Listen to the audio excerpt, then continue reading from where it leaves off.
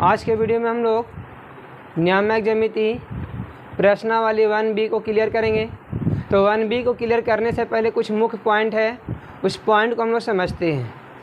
देखिए क्या क्या पॉइंट है। पहला है, देखिए ध्यान से, उस बिंदु का निर्देशांक ज्ञात करें जो दो बिंदु x y, देखिए यहाँ पर x1 y1 x2 y2 है ना, x1 y1 और x2 y2 को मिलाने वाले रेखाखंड को अनुपात m/2 में, m1/m2 में अंतर विभाजित करता है, मैंने अंतः विभाजित करता है। यानी कोई रेखाखंड है, उस रेखाखंड को कोई अगर बिंदु अंतः विभाजित करता है तो कुछ न कुछ अनुपात में विभाजित करेगा। तो वो बिंदु का निर्देशांक ज्ञात करने का सूत्र होता है, देखिए यहाँ पर इसको विभाजन सूत्र बोलते हैं। क्या बोलते हैं? तो यहाँ पर AB जो है से एक रेखाखंड है जिसका AB का निर्देशांक x1 y1 है और B का निर्देशांक x2 y2 है। A का निर्देशांक x1 y1 और B का निर्देशांक x2 y2 है। अब C जो है तो इसको m1/m2 में विभाजित करता है, m1/m2 में इसको विभाजित करता है। तो यहाँ पर C का भी कुछ न कुछ तो निर्देशांक होगा ना, तो उस C का निर्देशांक ज्ञात करने का सूत्र होता है m1 × x2 plus m2 × x1 बटा m1 प्लस m2। यहाँ ध्यान देना है, ये चले आता है इसके साथ और ये चला जाता है इसके साथ, इतना ध्यान रहेगा। 2 1 के साथ 1 2 के साथ, बस देखिए 1 2 2 1 है कि नहीं है। तो ध्यान में सिर्फ ये रखना है कि m1 जाएगा x2 के साथ और m2 जाएगा x1 के साथ, और बटा में जितना अनुपात में बटा दोनों का योगफल होता है, तो m1 प्लस m2। अब यहाँ देखते हैं, उसके बाद ये तो सिर्फ x का निर्देशांक हो गया, y का भी तो होना चाहिए ना, तो y का वैल्यू होगा फिर वही काम। देखिए ध्यान से आप,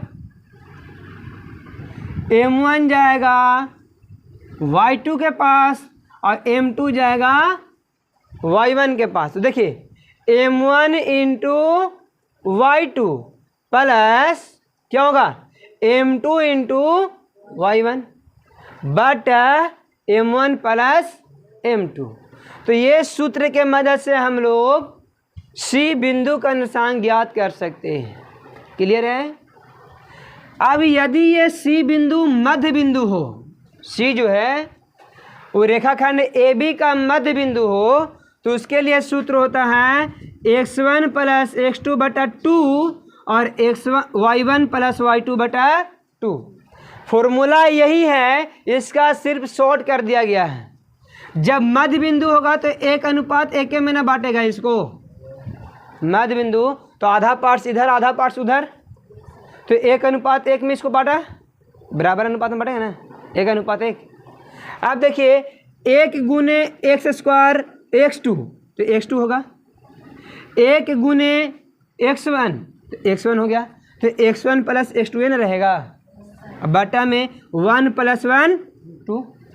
यहाँ भी देखिए m1 का मान 1 और इसका मान भी 1 रखिए, तो 1 × y1 प्लस का प्लस, y2 × 1 y2, अब बटा में 1 + 1 2 हो ना गया। तो ये वाला वही फार्मूला है, सिर्फ यहाँ पर m1 m2 को गोल कर दिया है बस। ठीक है, आगे बढ़ते हैं। अब यहाँ त्रिभुज के केंद्र का निर्देशांक, त्रिभुज का केंद्र का निर्देशांक क्या होगा? तो उसका फार्मूला क्या होता है? एक त्रिभुज में 3 शीर्ष होते हैं, तो तीनों का निर्देशांक रहेगा x1 x2 x3, y1 y2 y3। तो यहाँ होगा x1 plus x2 plus x3 बटा 3 और y1 plus y2 plus y3 बटा 3। ये है त्रिभुज के केंद्र का निर्देशांक। अब है कि अंतः केंद्र का निर्देशांक त्रिभुज के इस प्रकार से रहेगा, दिखाई तो नहीं है, दिखाई दे ऐसे है और ऐसे है। इस बिंदु का निर्देशांक क्या होगा? इस बिंदु का निर्देशांक निकालने के लिए देखिए, ये भुजा को हम लोग ए है, बी है और क्या है, तो एक सामने वाला क्या स्मॉल ए बोलते हैं, इसके सामने लगा स्मॉल बी बोलते हैं, इसके सामने लगा स्मॉल, बस उसी का यूज करके यहाँ लिख देना है। तो क्या है, इसमें क्या करना है कि ए के साथ गुना, इसमें बी के साथ गुना, इसमें, और यहाँ तीनों के यहाँ पर ए प्लस बी प्लस सी हो गया, कोई दिक्कत। अब आगे बढ़िए, यहाँ पे y1 में ए के साथ बी के साथ सी के साथ गुना करके ए प्लस बी प्लस सी कर देना है। ये हो जाएगा किसका, अंतः केंद्र का निर्देशांक, अंतः केंद्र का। क्लियर है। तो मुख्य पॉइंट यही चार है, चार पॉइंट यही है। ये चारों पॉइंट को अगर अच्छे से याद कर लीजिएगा तो ये लेसन में कुछ और नहीं है, बस इसी से रिलेटेड है। ठीक है, तो अब हम लोग चलते हैं लेसन की ओर। लेसन में देखते हैं क्या पढ़ना है।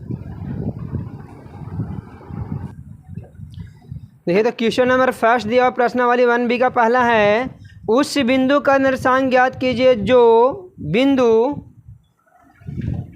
कौन कौन बिंदु है, 4 - 3 और 8 5 है ना, को मिलाने वाली रेखाखंड को, मान लीजिए यहाँ पर मिलाने वाली रेखाखंड है 3:1 में अंतः विभाजित करता है। तो मान लेते हैं कि ए है और ये बी है और ये क्या है, सी है। तो सी में एक्स और वाई का मान ज्ञात करना है। लिखेंगे, माना कि वह बिंदु कौन है, सी है, जिसका निर्देशांक कितना है,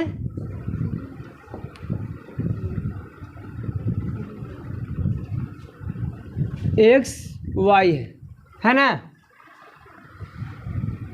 और ए भी दो बिंदु है, ए का निर्देशांक कितना है 4 - 3 और बी का निर्देशांक कितना है 8 और 5 दिया हुआ है। तो थोड़ा अच्छा समझ लीजिएगा आप, इसको हम x1 y1 बोल सकते हैं, इसको x2 y2 बोल सकते हैं। क्लियर है। ये हो गया m1 m2। तो हम लोग चलेंगे विभाजन सूत्र से। कहाँ चलेंगे, विभाजन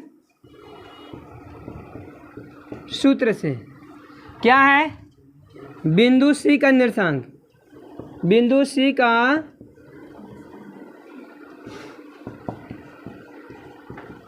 निर्देशांक एक्स वाई बराबर क्या होता है, आप लोग बताए थे अगर x1 लेंगे तो m2 लेना होगा और x2 लेंगे तो m1 लेना होगा, बटा में m1 प्लस m2। सॉरी, इसको क्लीन करते हैं थोड़ा सा, यहाँ लेते हैं m1 अनुपात m2। अब चलते हैं y की ओर। तो y1 के साथ m2 और y2 के साथ m1 बटा में m1 प्लस m2। देखिए, इसको यहाँ भी लिख सकते हैं, इसको यहाँ भी लिख सकते हैं, कोई फ़र्क नहीं पड़ता इससे। ठीक है, उससे कोई फ़र्क नहीं पड़ेगा। आगे बढ़िए आप, x1 का वैल्यू कितना है 4 है, अच्छा, m2 का वैल्यू कितना है 1 है, हो गया 1।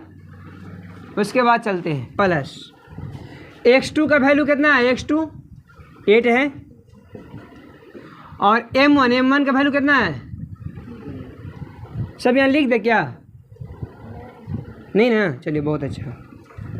m1 प्लस m2, तो m1 है 3 और m2 है 1। ये वो क्लियर हुआ। अभी आगे देखते हैं, y1 का वैल्यू कितना -3 है और m2 का वैल्यू 1 है, प्लस y2 का वैल्यू कितना है 5 है और m1 का वैल्यू, अब बटा में 3 प्लस 1, 4 1 8 की बटा में 3 1 4 होगा ना। आगे बढ़िए, प्लस माइनस 3 1 प्लस 5 ही, अब बटा में। क्लियर है यहाँ तक। अगर 24 और 4 जोड़ेंगे तो कितना हो जाएगा 28 बटा है, और 15 में से 3 गया तो कितना बचेगा 12 बटा। काटिए कितना बार में कट गया ये, अभी क्या बार में कट गया, तो क्या हो गया आपको 7 और 3 इसका निर्देशांक हो गया। बिंदु सी का निर्देशांक कितना होगा 7 3। स्क्रीनशॉट ले लीजिए आप लोग।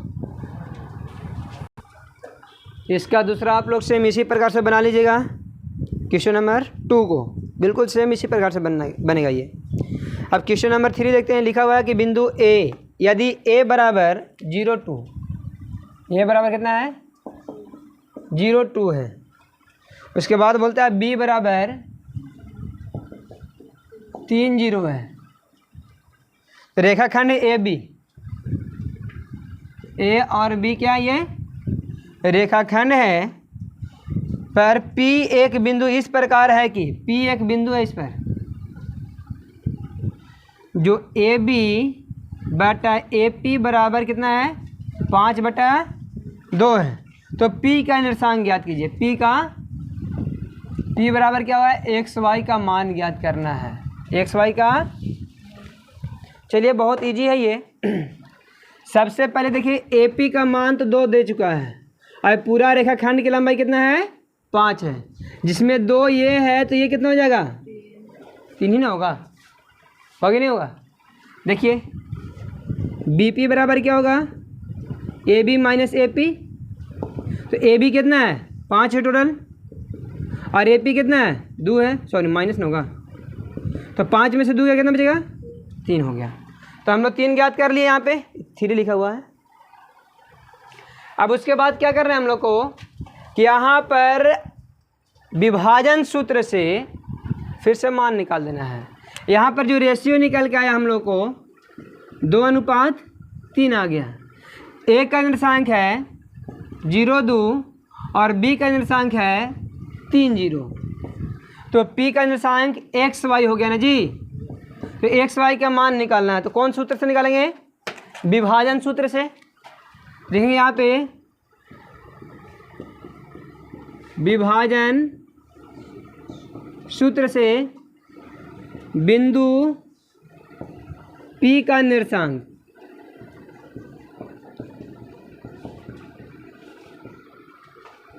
एक्स वाई बराबर हो जाएगा x1 into m2 plus x2 into m1 बटा m1 प्लस m2। क्लियर है। y1 into m2 plus y2 into m1 बटा m1 प्लस m2।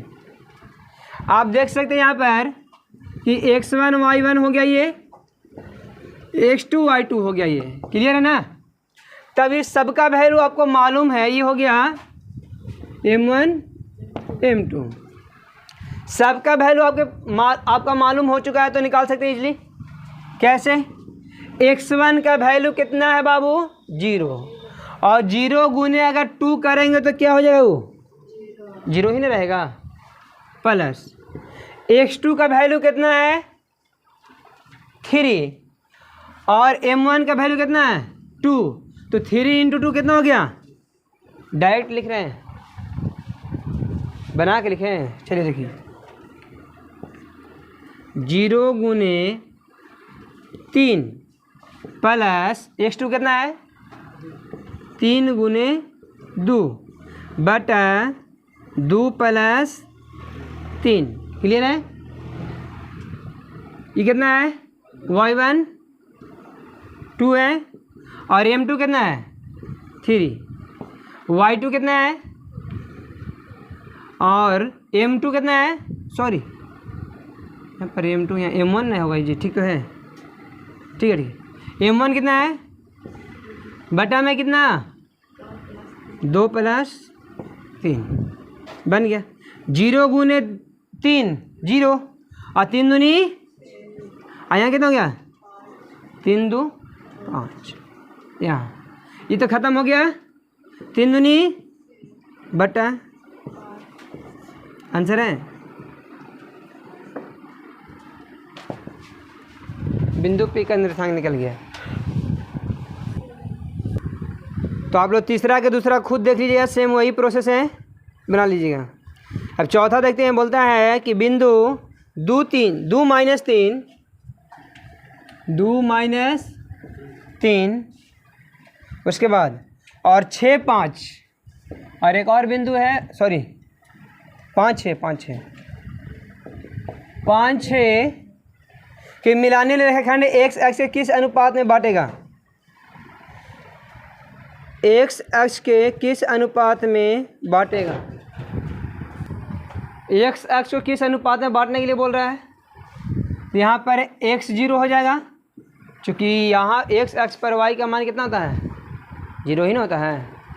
चलिए ध्यान से समझिए, ये है x1, ये है x2, ये हो गया, sorry x1 y1, x2 y2, ये हो गया आपका x, ये हो गया y, ठीक है। तो y का मान क्या हो सकता है, y बराबर होता है y1 into m2 plus y2 into m1 बटा m1 प्लस m2। पहले फार्मूला होता है ना, अरे x वाला से x का निर्देशांक पता चलता है और y वाला से y का निर्देशांक पता चलेगा। तो y वाला से हम लोग किस अनुपात में बांटता है ज्ञात कर सकते हैं। चलिए देखिए, यहाँ पे y का वैल्यू कितना है बाबू, क्वेश्चन नंबर 4, y का वैल्यू कितना है, 0 है कि नहीं। अब y1 कितना है, -3, m2 कितना है तो पता नहीं है, पता क्या नहीं ना। चलो यहाँ पे y2 कितना है, 6 और m1 कितना वो पता नहीं। अब बटा में m1 प्लस m2, अगर m1 प्लस m2 के 0 के साथ गुना कर दिया जाए तो क्या हो जाएगा, वो 0 होगा। तो बचेगा क्या यहाँ, -3m2 प्लस 6m1 बराबर में एक साइड क्या बचा, अब ये माइनस से बराबर को उस पर है तो प्लस में हो जाएगा ना, और 0 के साथ इसको जोड़ें तो कोई फ़र्क पड़ेगा, यही जस के तस रहेगा। -3m उधर जाएगा तो प्लस में हो जाएगा, प्लस m2 हो जाएगा 3m2, तो 6m1 बराबर क्या हो जाएगा 3m2। अब देखो m वाला को एक तरफ और नंबर को एक तरफ करते हैं, तो यहाँ बचेगा m1, ये यहाँ गुना कर इधर क्या करेगा 3, यहाँ गुना कर रहा है 6, इधर क्या करेगा, कितना हो गया। तो m1 इन अनुपात m2 बराबर ऊपर में कितना है 1 अनुपात, आंसर हो गया। पांचवा का पहला सेम इसी प्रकार से बना लेना है। क्वेश्चन नंबर 5 का सेकंड देखिए क्या बोलता है, पहले इसको क्लीन कर लेते हैं। क्वेश्चन ध्यान से सुनिए, बिंदु 5 -6 और -1 -4, ठीक है, को मिलाने वाली रेखा को y अक्ष के किस अनुपात में बांटता है। आपके देखिए y अक्ष की बात करता है, जब y अक्ष की बात करेगा तो उस बिंदु का निर्देशांक हो जाएगा 0y, क्योंकि y अक्ष पर x का मान 0 और x अक्ष पर y का मान 0 होता है। तो यहाँ 0y हो गया, और बोल रहा है कि जिस बिंदु पर ये काट रहा है उस बिंदु का निर्देशांक भी ज्ञात कीजिए क्या होगा। क्लियर है, चलिए हम लोग आगे सॉल्व करते हैं। तो आप लोग विभाजन सूत्र में क्या करते थे याद कीजिए, ध्यान से समझिए। यहाँ पर विभाजन सूत्र xy बराबर क्या हम लोग जानते हैं, x1 into m2 plus x2 into m1 बटा m1 plus m2, y1 into m2 plus m2 plus y2 into m1 बटा m1 प्लस। थोड़ा यहाँ गौर से सुनिएगा, ये x का मान ही ना इससे ज्ञात होता है, x का मान इससे ज्ञात होता है, y का मान इससे ज्ञात होता है, ठीक है। तो x बराबर हम इतना ले लेंगे, y बराबर हम इतना ले सकते हैं, चूँकि x का वैल्यू इससे पता चलता है और इस y का वैल्यू इससे पता चलता है। तो यहाँ पर हम देख रहे हैं कि इस अनुपात को निकालने के लिए जिसको 0 दिया हुआ रहता है उसके बराबर हम लोग मान लेके चलते हैं। आप गौर से देखिए तो यहाँ पर x का मान 0 दिया हुआ है। इससे पहले वाला क्वेश्चन में y का मान 0 था, इसलिए हम y वाला को पकड़े हुए थे। अभी आपका x का मान 0 है तो आप x वाला को पकड़िए, तब जाके ये वाला निकलेगा m1 और m2। क्लियर है? तो यहाँ पर आपका x का मान क्या दिया हुआ है? 0 दिया हुआ है। तो फॉर्मूला क्या है? देखिए ये वाला है x1 इंटू m2। तो x1 कितना है? 5। m2 कितना है? तो m2 का m2 हमको m2 पता ही नहीं है। m1 और m2 तो पता करना है हमको, है ना? प्लस x2 कितना है बाबू? -1 और गुना में m1 के m1 बटा में हो गया m1 प्लस m2। अब m1 प्लस m2 को 0 के साथ गुना करा देंगे तो 0 ही ना हो जाएगा, क्योंकि यहाँ पर भाग कर इधर नहीं क्या करेगा, तो बराबर के एक साइड कहीं ना कहीं 0 होगा। तो 5 इंटू m2 5 m2 होगा, -1 इंटू कितना है? तो प्लस माइनस माइनस हो जाएगा, -1 इंटू m1 यानी बटा में क्या हो गया? सॉरी बटा में कुछ नहीं, बराबर में एक साइड क्या बचेगा?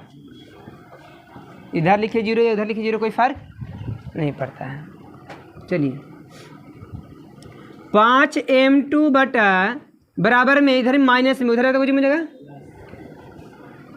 तो देखिए इसको यहाँ ले आए तो 5 बराबर m1 बटा, अब नीचे कुछ न रहने पर 1 लिख सकते हैं ना, तो अनुपात निकल के आ गया 5 अनुपात, यहाँ लिख सकते हैं ना कि m1 अनुपात m2 बराबर 5 अनुपात 1। अब क्या बोलता है कि यहाँ पर इसका छेदन बिंदु का निर्देशांक ज्ञात कीजिए, क्या होगा? तो आगे आप लोग निकाल सकते हैं, नहीं निकलेगा। छेदन बिंदु में एक को कितना मान मालूम है, क्लियर कि 0 होगा, इसमें कोई डाउट नहीं है। अब यानी y का मान निकालना है तो डायरेक्ट हम लोग निकालेंगे y बराबर क्या होगा? y1 बटा y1 into m2 plus y2 into m1 बटा m1 प्लस y1 का वैल्यू क्या है आपके पास? तो -6 है, और m2 का वैल्यू कितना आ गया है? अभी 1 आया है, प्लस y2 का वैल्यू कितना दिया हुआ है? -4, और m1 का वैल्यू कितना है? 5 है। अब बटा में 5 प्लस 1 यही ना होगा बाबू, 6 कम प्लस माइनस माइनस 5 के बटा में कितना हो गया? 6, 5 और 1 6, दोनों माइनस मतलब माइनस 20 और 6 26 बटा 6 काट देंगे कितना बार में? 13 बटा 2। ओ हाँ 3 होगा। तो छेदन बिंदु सी का निर्देशांक कितना निकल गया? 0 - 13 बटा 3, यही आंसर होगा। आंसर एगो यहाँ होगा, एगो ये हो जाएगा। क्लियर है? चलिए स्क्रीनशॉट ले लीजिए आप लोग।